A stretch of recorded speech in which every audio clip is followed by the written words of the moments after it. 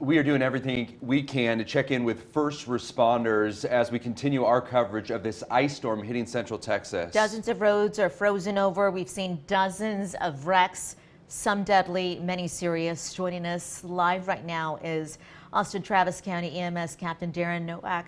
Thank you so much for joining us this morning. How many crashes have you seen since you've been up?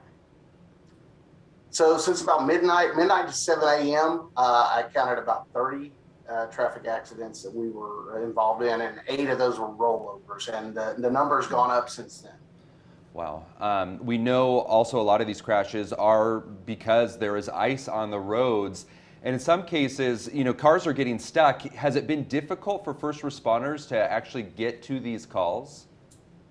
Absolutely. We have to be out in the same elements as the drivers, and so we have to deal with that ice as well. It is a challenge, number one, getting to the scene, and then once we're on scene, even making access to the patients because they're on an elevated roadway or overpass with its ice over.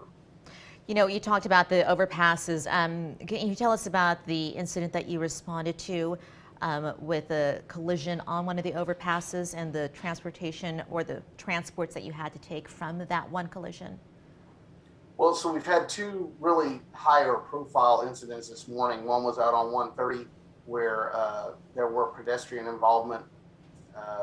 One patient actually jumped over the edge to avoid being struck by a car, and another one was actually struck by a car.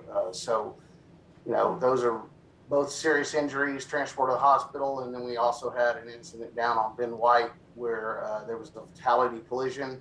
There were reports of auto pedestrian involvements there. However, the fatality does not appear to be one of the auto pedestrian incidents.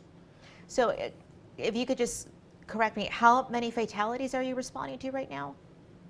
So there's only been the 1 fatality, okay. 1 traffic related fatality, and then we have the 2 transports from out on 130 that were serious, potentially life-threatening. Captain, when you say there's pedestrians on 130, that probably sounds strange to people. Are these people who've gotten out of their cars because they were involved in an earlier accident? Right. We can't stress enough. Number one, if you don't absolutely have to be on the road, stay off the road.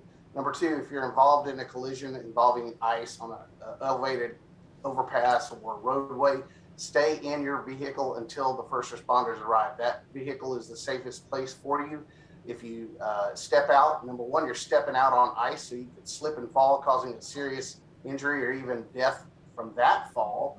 But also you're exposing yourself to that oncoming traffic that's going to hit those same patches of ice that you just did, and then you can quickly become an auto pedestrian statistic.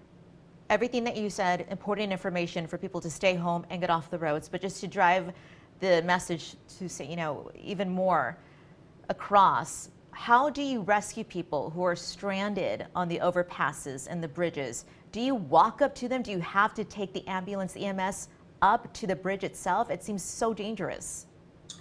So every situation is different. We have to approach that with our public safety partners, with law enforcement and fire department, and figure out what's the safest approach for the first responders to make access and treat and transport and evaluate those patients. So, everything's different. A lot of times it is getting on foot and walking up to the incident because those vehicles aren't unable to get close enough to access the incident.